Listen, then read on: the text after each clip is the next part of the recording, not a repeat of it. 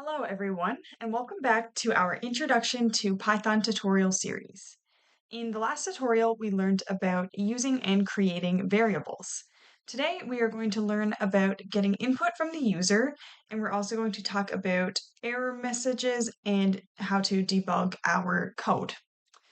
So this lesson connects to General Curriculum Outcome 1, specifically SEO 29, which focuses on how to use your skills to debug and identify errors within your code.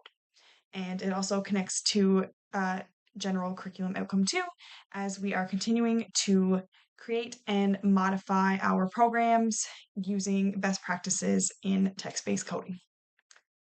So let's go into Colab and we're going to start with user input. So sometimes we want the user to enter information that we will use in our code instead of having to type everything out ourselves. So let's begin and create a variable called name. Now, to get input from our user, we are going to type input and brackets, and then the question that we want our user to answer or what we want them to input in quotation marks. So we're going to say, what is your name? And I like to use a colon and a space just for aesthetic purposes, but that is not necessary.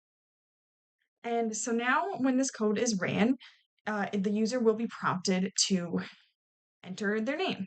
But before I run this, I'm going to add a print statement like we did in the previous video and say, hello, name.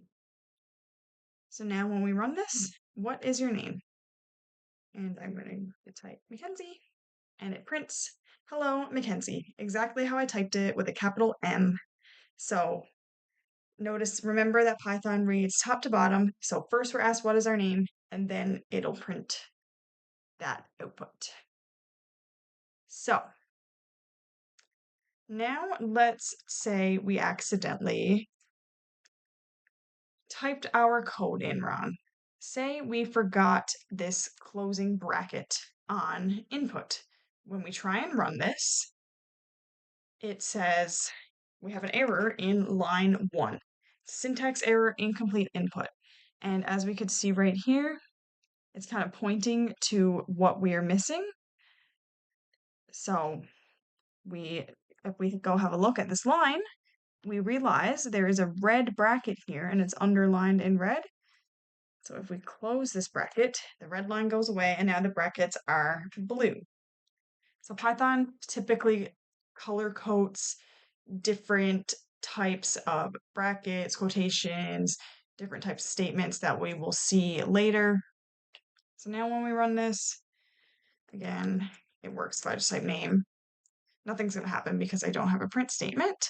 But yeah, so Python error messages are pretty explanatory, and you can usually see, it usually tells you what went wrong, and you can use this to help you debug.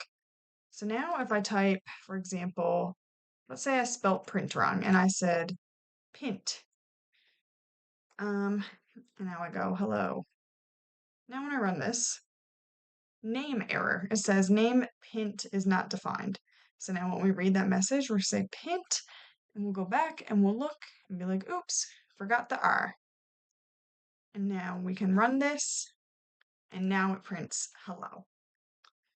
So the process of finding and fixing our errors is known as debugging. It's very easy to make mistakes in Python. So these messages, you will come across them and they will be super helpful, but that is all part of learning. So just remember to read the message carefully, check the line number, and check for indentations, missing brackets, missing quotations, misspelled words, and that should help you out. So that's it for today's tutorial. Thank you for watching, and I will catch you in the next one. Bye.